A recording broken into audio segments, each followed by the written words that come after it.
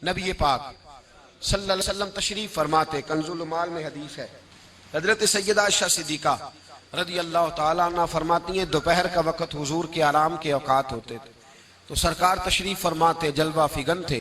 सहाबा को पता था कि इन औकात में हुजूर आराम करते हैं, तो सहाबा नहीं आया करते थे ज़ियारत को। दोपहर के खाने के बाद कुछ देर आराम फरमाते थे। फरमाती हजरत आयशा सिद्दीका की एक बूढ़ी औरत आ गई।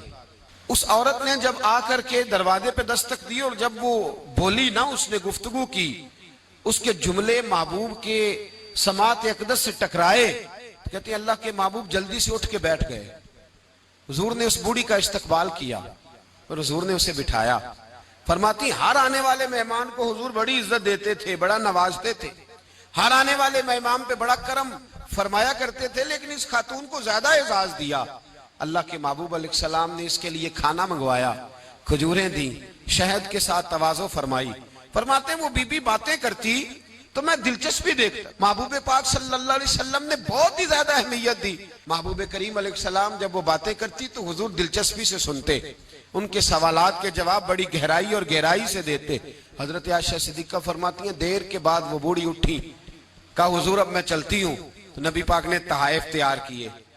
एक सहाबी को कहा इनके साथ जाओ और तोहफे इन्हें दे दो। कहते हैं जब वो बूढ़ी चली गई तो मेरे दिल में ख्याल आया, हुजूर अब मस्जिद जाएंगे, जब रात को वापस आएंगे ना फिर मैं महबूब से पूछूंगी ये खातून कौन है। लेकिन हजरत आयशा कहती हुजूर तो गए नहीं, लेट गए और बड़ी खुशगवार कैफियत मैंने देखी। हुजूर की मुकद्दस आंखें खुली और महबूब के चेहरे पर अजीब सी रानाइयां।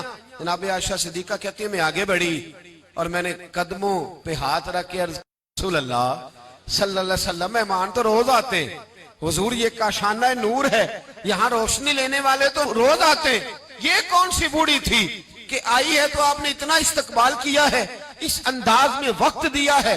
और या रसूल अल्लाह सल्लल्लाहु अलैहि वसल्लम फिर मैं आपकी कैफियत देख, कौन थी। कहते हुजूर उठ के बैठे और मैंने हुजूर की आंखों में आंसू चमकते देखे। महबूब फरमाने लगे आयशा ये मेरी पहली ज़ौजा सैयदा खतीजातुल कुबरा की सहेली थी। ये खतीजा की सहेली थी।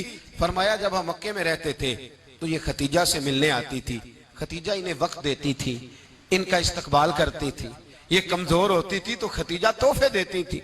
फरमाया आज जब ये दोबारा आई है तो पिछली सारी यादें मेरे जहन में ताजा हो गई है, वो सारे ख्यालात तसव्वुरात फिर से उजागर हो गए। और फरमाया मैंने वो सारी निस्बतों को, उन सारी बातों को निभाने की कोशिश की जो खतीजा का इसके साथ रिश्ता था।